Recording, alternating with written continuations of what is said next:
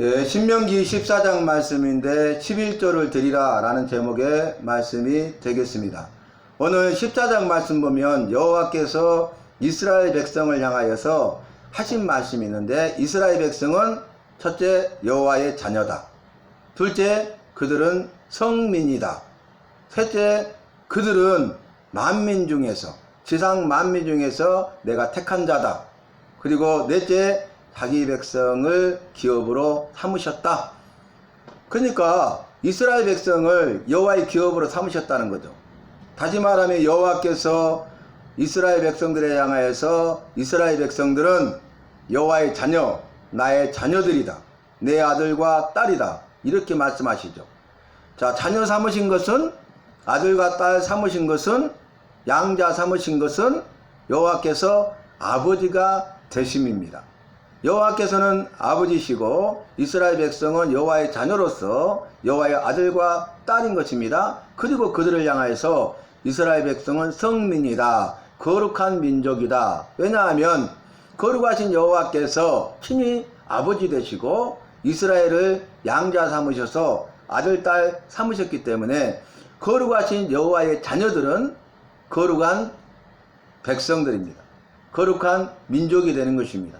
그래서 여호와께서도 이스라엘 백성들에 향하여서 내가 거룩하니 너희도 거룩할지니라, 이렇게 말씀하시고, 이스라엘 백성들을 거룩한 백성의 삶을 살아가도록 하기 위해서 구약 시대에는 이제 성막을 만들게 하시고 성막에서 제사를 드려서 그들을 거룩하게 하셨어요.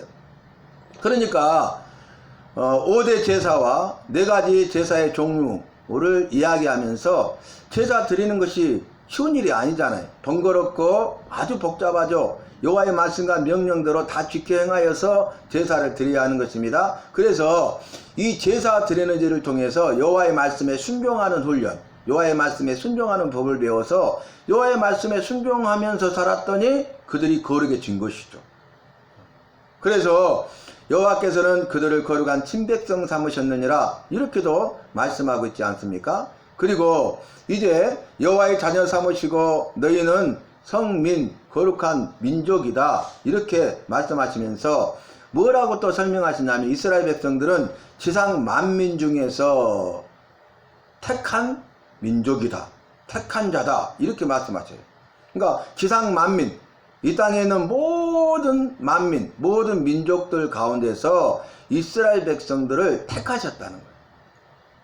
아브라함을 믿음의 조상으로 부르시고 아브라함과 이삭과 야곱의 여호와가 되시고, 아브라함의 손자, 다시 말하면 야곱이죠. 야곱의 12아들, 아브라함의 증손자를 통해서 이스라엘 민족을 이루게 하셨잖아요. 여호와의 자녀 삼으시고 성민 삼으시고 지상 만민에서 택하시고, 그리고 나서 그들을 여호와의 기업으로 삼으셨다는 것입니다. 그러면 오늘 그렇게 하신 다음에 하신 말씀이 무엇이냐? 정결한 짐승과 부정한 짐승이 있다는 거예요. 그래서 너희는 부정한 짐승을 잡아먹지 말고 가증한 것을 먹지 말라 그랬죠. 부정한 짐승을 잡아먹는 것은 부정하기 때문에 가증한 일이에요. 죄를 범하는 것입니다. 더럽히는 것입니다. 너희는 여호와의 자녀요, 성민이요, 지상 만민 중에서 택함을 받았고 여호와께서 기업 삼은 백성이기 때문에 너희는 부정한 짐승을 잡아먹어서 더럽히고 거룩함을 잃어버리고 가증한 죄를 범하지 말라는 거예요. 그래서 너희는 정결한 짐승이 있는데 정결한 짐승을 잡아먹어라, 이렇게 말씀하십니다. 왜 그렇습니까? 성민으로서 여호와의 거룩한 친백성의 삶을 살아가라고, 구별된 삶을 살아가는 것입니다. 그래서 이렇게 말합니다. 이방인들, 이스라엘 민족을 제외한 모든 나라와 민족들이죠, 열방과 열국들이죠, 이방인들은 사람이 죽으면은 그 죽음 앞에서 어떻게 합니까? 자기 몸을 베요, 상처나게 해요. 그게 애도하는 거예요. 그리고 눈썹이 이마, 이를 밀어요, 다. 이건 이방인들이 하는 풍속이잖아요. 이방인들은 우상 숭배하는 우상 숭배자고 우상을 섬기는 자들이 행하는 일이에요. 그러니까 오늘 1절 말씀이 이렇게 말하면서 너희는 여호와의 자녀이기 때문에 이방인들처럼 사람이 죽었을 때에 자기 몸을 베지 말 것이며 눈썹 위에 이마를 밀지 말지어다. 이방인들 믿지 않는 자들과 구별된 삶을 살아야 너희는 여호와의 자녀가 되고 성민이고 또 지상 만민의 택함을 받은 자고 그리고 여호와의 기업이 될 수 있다는 거예요. 그 다음에 마지막 단락에서는 11조를 드리라. 10분의 1을 여호와께 드리라고 이렇게 말씀하셔요. 그건 뭡니까? 마땅히 당연히 드려야 될 것이에요. 왜냐하면 여호와께서 나에게 생명을 주시고 여호와께서 나를 만드시고 부모를 통해서 이 땅에 태어나셨는데 빈손으로 왔잖아요. 생명 주심으로 이 땅에 태어났잖아요. 내게 주신 생명, 천하보다 귀한 생명도 여호와께서 나에게 주신 것이에요. 그리고 나서 빈손으로 태어났는데 먹을 것, 마실 것, 입을 것 이 모든 것을 주셔요. 여호와께서 이 모든 것을 채워주세요. 공급해 주세요. 이것은 내 것이 아니라 여호와의 것입니다. 생명도 여호와의 것이고 내게 있는 모든 것도 여호와의 것이에요. 여호와께서 은혜로 선물로 나에게 주신 것입니다. 나를 사랑하시고 죄를 범했음에도 불구하고 불쌍히 여기셔서 긍휼히 여기셔서 인자와 자비를 베풀어 주셔서 이 모든 것들을 주신 거예요. 때를 따라 돕는 은혜를 베풀어 주시고 때마다 일마다 평강의 삶으로 지켜주시고 모든 필요하실 것을 조시며 공급하여 주신 것입니다. 내가 부족함이 없으리로다 내 잔이 넘치나이다 고백하게 하신 것입니다. 그러면 내게 있는 것을 내 것이라 생각하면 안 돼요. 내게 있는 것을 내 것이라 말하면 안 돼요. 내게 있는 것을 내 것이라 생각하고 말하면서 그것을 나를 위해서만 쓰면 안 돼요.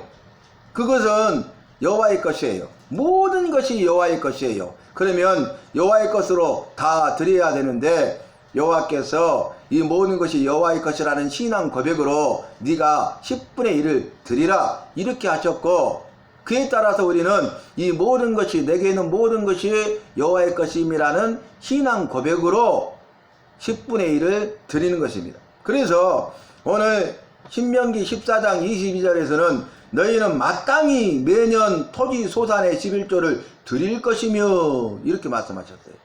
여러분 토지 소산의 11조를 첫 번째 드리는 11조의 종류가 첫 번째는 토지 소산의 11조를 드리는데 매년 빠지지 아니하고 어김없이 드리는데 마땅히 드리라. 왜 마땅히 드려야 돼요?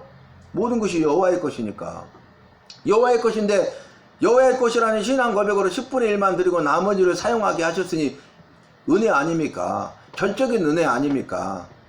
그리고 나서 뒤에 보면은 3년에 대해서 말이에요. 3년 끝에 3년마다 그 말이죠. 28절에 보니까 매 3년 끝에 그의 소산의 10분의 1을 다 내어 내 성읍에 저축하여 내인이나 성중에 거류하는 객 나그네죠. 그리고 고아 가부들을 위해서 사용하라는 거예요.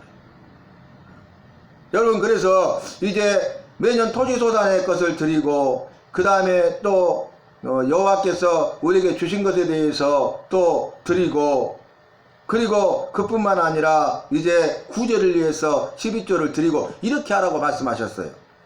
그러면 마땅히 11조를 드릴 것이며 이를 통해서 이제 여호와 경외하기를 항상 배우라 그래요. 여러분 우리가 11조를 드리는 것은 여호와를 경외하는 것을 배우는 거예요. 훈련하는 거예요. 여호와를 가장 크게 두려워하는 것을 항상 배우는 거예요. 훈련하는 거예요. 여호와를 가장 크게 두려워함으로써 믿고 따르며 섬기는데 이 모든 것이 여호와의 것이라고. 내가 여호와의 것을 도둑질할 수 없다 그 말이에요. 여호와를 경외하고 가장 크게 두려워하는 사람은 여호와의 것을 내 것이라 말하고 내 것인 것처럼 도둑질해서 나를 위해서만 써서는 안 된다는 거예요. 여호와를 경외하기를 배운 사람들은 여호와를 가장 크게 두려워하기 때문에 이 모든 것이 내 것이 아니고 여호와의 것이라는 것을 고백하고 마땅히 11조를 여호와 앞에 드리는 것이에요.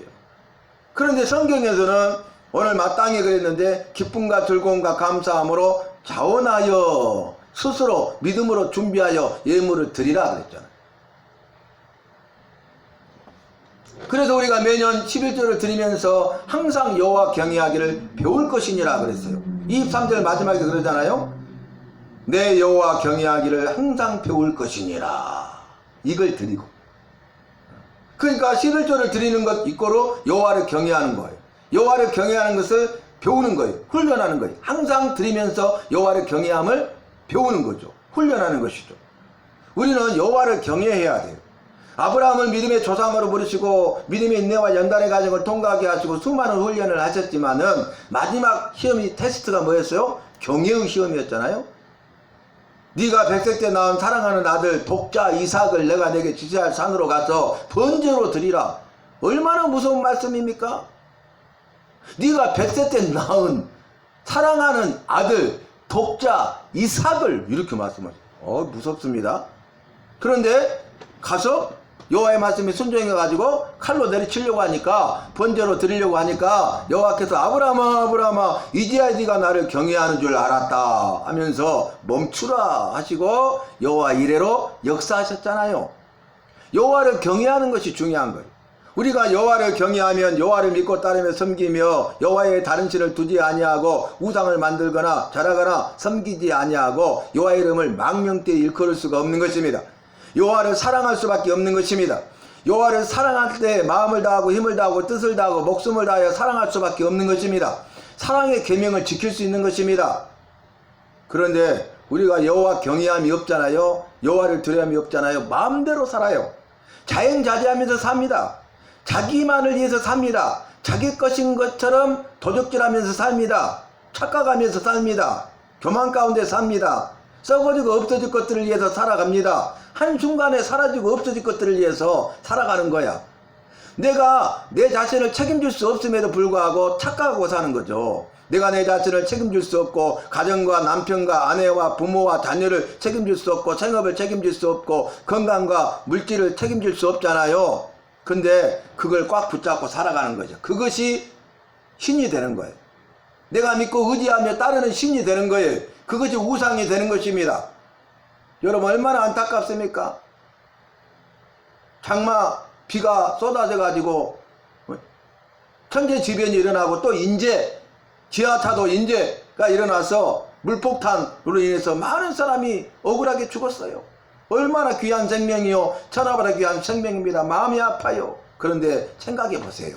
여러분 그들이 조상 대대로 살았어요. 그리고 할아버지 할머니 되도록 그곳에 살았어요. 비가 와도 한 번도 그런 적이 없었어요.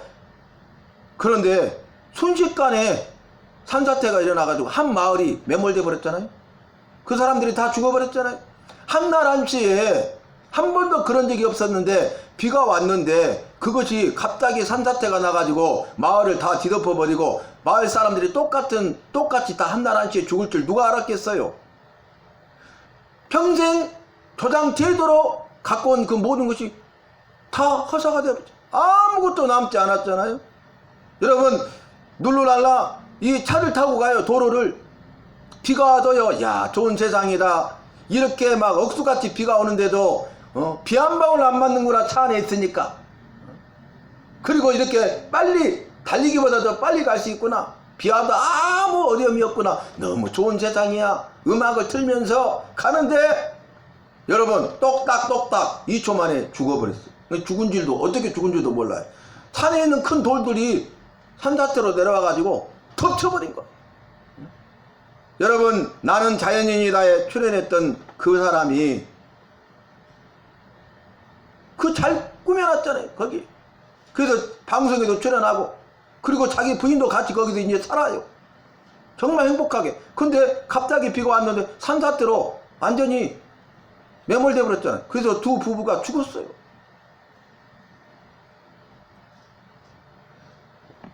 이 세상의 것들은요 잠시 잠깐 있다가 사라지고 없어질 것이에요. 허무할 것이에요. 썩어질 것들이에요. 영원한 것들이 없어요. 우리가 하는 모든 것은 바람을 잡으려는 헛수고라고 그랬어요. 솔로몬이 부귀영화 명예 권세 모든 것을 다 누리고 솔로몬보다 전무후무하잖아요. 전에도 없고 후에도 없는 그런 모든 것을 누렸던 사람인데 그가 전도서에서 자기 인생을 돌아보면서 뭐라 했습니까? 헛되고 헛되며 헛되고 헛되니 모든 것이 다 헛되도다. 내가 바람을 잡으려는 헛수고를 했다는 거예요. 잡으려고 잡았다 아니 잡았다. 잡을 수 있습니까?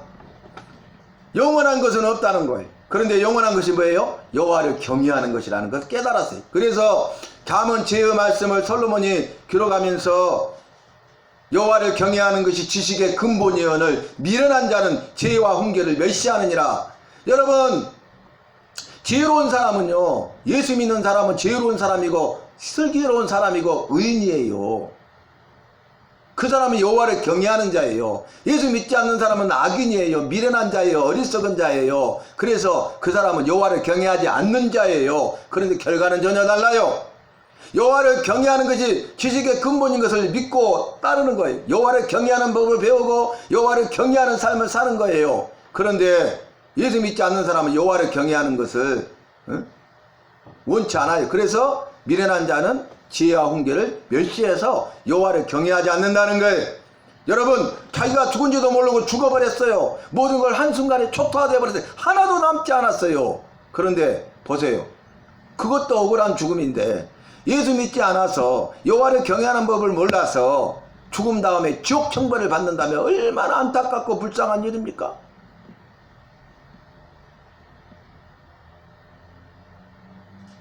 내일 일은 난 몰라요. 하루하루 살아요. 이것이 우리의 나의 신앙 고백이 되어야 하는 것입니다. 우리의 힘과 능력으로 되는 것 아니에요. 우리의 노력으로 되는 것이 아니에요. 그래서 찬송가 가사가 정답이 맞아요. 울어도 못하네, 힘써도 못하네, 참아도 못하네. 뭐 울면 된다고요? 힘쓰면 이까지껏 할 수 있다고요? 참으면 된다고요? 아니에요. 믿으면 되겠네, 믿으면 하겠네. 믿음이 중요한 것이에요. 그리고 나서 이렇게 말합니다. 매 3년 끝에 그의 소산의 10분의 1을 다 내요. 다 내어라겠어요. 이스라엘 백성들 하나도 남김없이. 그래서 나중에 이걸로 구제하는 일을 하고, 그리하면, 자 11조를 드리면 내 여호와께서 네 손으로 하는 범사의 모든 일에 너에게 복을 주시리라 하고 끝나요. 결론의 말씀이 뭐냐면 복을 주시기 위해서 이렇게 하신 거예요. 누구를 위한 겁니까? 우리를 위한 것이고 나를 위한 것이에요. 그런데 이스라엘 백성들은 나중에 여호와를 떠나서 여호와 경외하기를 잊어버리고 말씀을 떠나서 그들이 죄를 범하고 죄에 대해서 회개치 아니하고, 그래서 그들이 나중에 어떻게 합니까? 말라기서를 보면은 여호와께서 너희가 내 것을 도둑질했다, 도둑놈이다 그 말이에요. 그러니까 우리가 언제 도둑질했나니까, 그러니까 온전한 11조를 드리지 않았다 그렇게 말씀하시잖아요. 너희는 10분의 1을 드려서 여호와를 시험하여 나를 시험하여 창고에 쌓을 곳이 없도록 붙나 붙지 않아 시험하여 보라 이렇게 말씀하셨잖아요. 여러분, 우리는 여호와를 믿고 여호와의 말씀을 믿는 사람 아닙니까? 나는 여호와를 믿고 여호와의 말씀을 믿는 사람 아닙니까? 그러면은 우리는 구별된 삶을 살아야 된다 그 말이. 하늘이 두 쪽이 나도 세상은 다 변하고 사람들은 믿음을 떠난다 할지라도 우리는 흔들리지 않는 믿음을 가지고 믿음의 반석에 말씀의 반석에 든든히 서서 여호와의 말씀대로 지켜 행함으로써 주님께 영광을 돌리고 주님의 기쁨이 되고 주님의 마음을 시원케 해드리고 주님이 주시는 복을 받아 누리는 은혜와 복의 주인공이 되시기를 바랍니다.